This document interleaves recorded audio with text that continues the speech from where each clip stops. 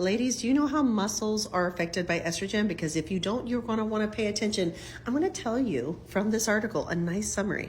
So specifically, E2 estradiol is the most potent and most abundant estrogen in your body during a woman's reproductive years. Now, it is beneficial because what it does to our skeletal muscles is it stimulates satellite cell proliferation.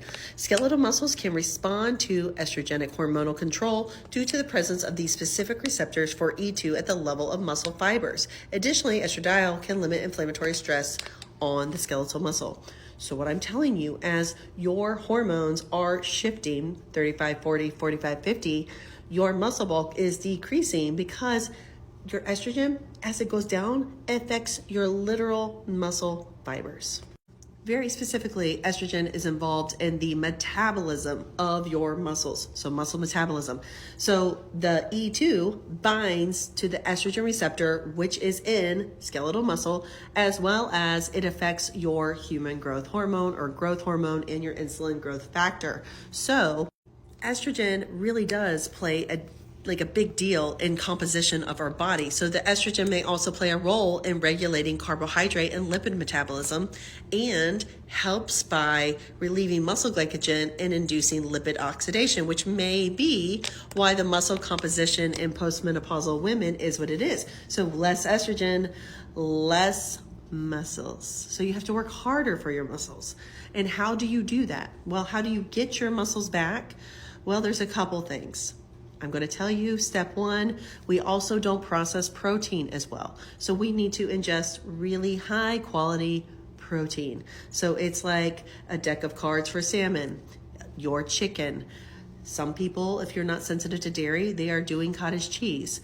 But protein with every meal, shooting for at least 100 grams of protein a day is ideal because we just don't use our protein as well. And we need that protein so we can get the amino acids to build our muscle up. And we don't make muscle as easy because we're losing estrogen and our muscle production is all funky.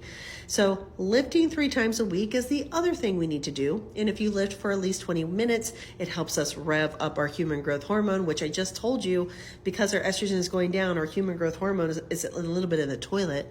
But we can eat more protein. We can lift 3 times a week. And if you can read between those lines, if your hormones are going down and you are having muscle soreness and joint pain and you can't make muscle and you have all that visceral fat, hormone replacement therapy will replace the estrogen and help you along. Now, there is a very personal choice and a conversation that happens with hormone replacement therapy, but I don't know that you knew that your hormones affected your muscles. And here is the proof. And yes, I do hormones. And I think I will continue to do so, but it is a personal choice. But you have to also lift and consume protein. And I do like creatine, but that's a different video.